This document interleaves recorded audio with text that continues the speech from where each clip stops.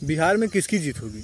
दरअसल बिहार में चुनाव है और चुनाव में कई पार्टियां शामिल हैं जो अपना दमखम दिखा रही हैं और आपको बताना है कि जीत किसकी होगी, जेडीयू की या बीजेपी की या कांग्रेस की या आरजेडी की या प्रशांत किशोर की पार्टी जो है जनसुराज की पार्टी, उसकी जीत होगी।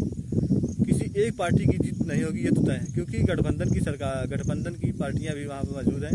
जैसे बीजेपी और जेडीयू की गठबंधन है और आरजेडी और कांग्रेस की गठबंधन है। ऐसी छोटी छोटी कई पार्टियां भी जो है इन दोनों पार्टियों में शामिल हैं और एक पार्टी है जनसुराज की पार्टी, वो जो अकेले लड़ रही है। तो अब इसमें किस पार्टी की जीत होगी ये देखना तय होगा।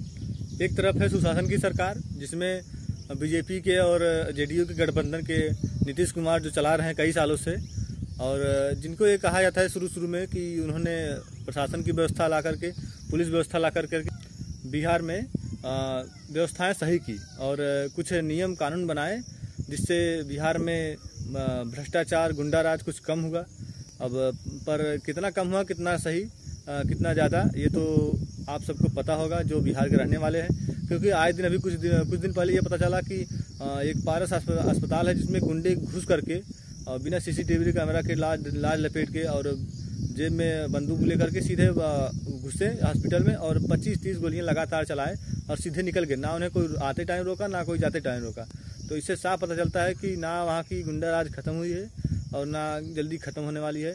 तो एक तरफ थी ये सुशासन की सरकार, दूसरी तरफ है गठबंधन की सरकार, गठबंधन की पार्टी यानी कि कांग्रेस और आरजेडी की पार्टी, जिसमें तेजस्वी यादव जो अभी जिनके पिताजी मुख्यमंत्री थे, जिन पर ये चारा घोटाले का आरोप लगा, अब उसमें उनको जेल भी हुई, उनकी तबीयत खराब हुई और उनके बेटे तेजस्वी यादव जो पार्टी को चला रहे हैं कई सालों से, जिनको अभी 17 महीने का मौका मिला था, तो वो चर्चे में इसलिए आ गए क्योंकि उन्होंने कई वादे किए थे और उसमें 10 लाख नौकरी देने का वादा किया था। तो 10 लाख नौकरी के लिए उन्होंने जो वादे किए थे वो अपनी 17 महीने की सरकार में शायद 7-8 लाख या 5 लाख कुछ नौकरियां उन्होंने दे करके अपने आप को साबित किया कि मैं मुख्यमंत्री बनने के लायक हूं और मैं काम करने के लायक हूं, मैं काम करके दिखाऊंगा।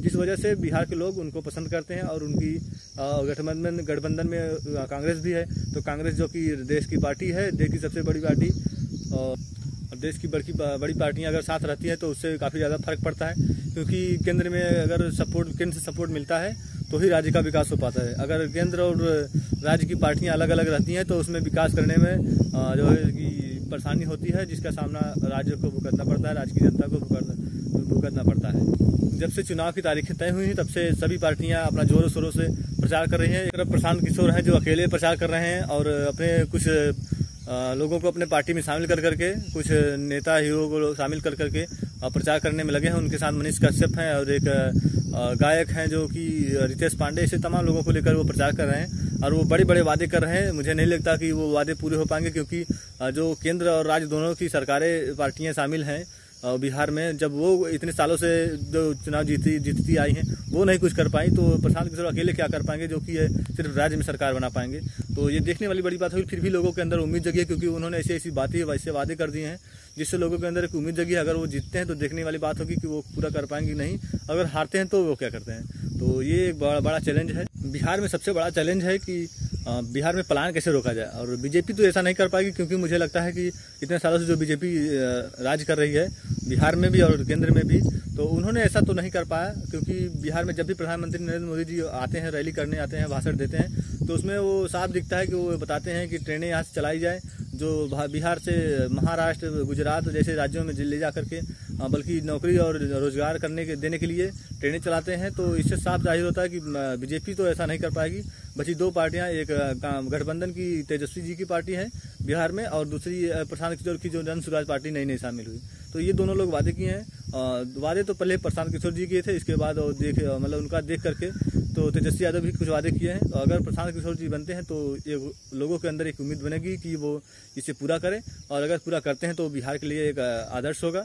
और अगर वो हारते हैं, अगर तेजस्वी यादव जीतते हैं जिसकी गठबंधन की सरकार है, पार्टी है, अगर वो जीतते हैं तो उन्हें भी, मुझे लगता है कि वो भी कर सकते हैं, क्योंकि उन्हें भी मौका मिला था। तो 17 महीने उन्होंने नौकरी दे करके अपने आप को साबित किया कि मैं भी काम करने लायक हूँ, मैं काम करके दिखाऊंगा। मेरे माता पिता दोनों मुख्यमंत्री रहे हैं, तो वो ऐसा कर सकते हैं। तो दोनों से उम्मीद है और देखते हैं पार्टी सरकार बनने के बाद कौन सी सरकार बनती है, कौन नहीं। बिहार में किसी की भी सरकार बने, अगर इस मुद्दे पर अगर पलायन रोकने पर, नौकरी रोजगार देने पर अगर बिहार में काम होता है तो पूरे भारत को इस पर गर्व होगा, क्योंकि बिहारियों को हर राज्य में सताया जाता है और बिहारी एक ऐसे हैं जो हर राज्य में पाए जाते हैं। अब बंगाल में चले जाओ, महाराष्ट्र चले जाओ, गुजरात चले जाओ, यूपी चले जाओ, हर राज्य में और छोटे छोटे काम कोई भी काम हो वो बिहारी कर दिखाते हैं और उनके अंदर इतनी मेहनत और इतनी ताकत होती है, वो उनकी मजबूरी होती है जिससे वो दूसरे राज्यों में जाते हैं, वो विदेशों में भी जाते हैं और जो थोड़े बहुत पैसे वाले होते हैं तो वो जा करके हर जगह बिहारी जा करके अपने पेट पालने के लिए, अपने घर चलाने के लिए वो मेहनत मजदूरी करते हैं।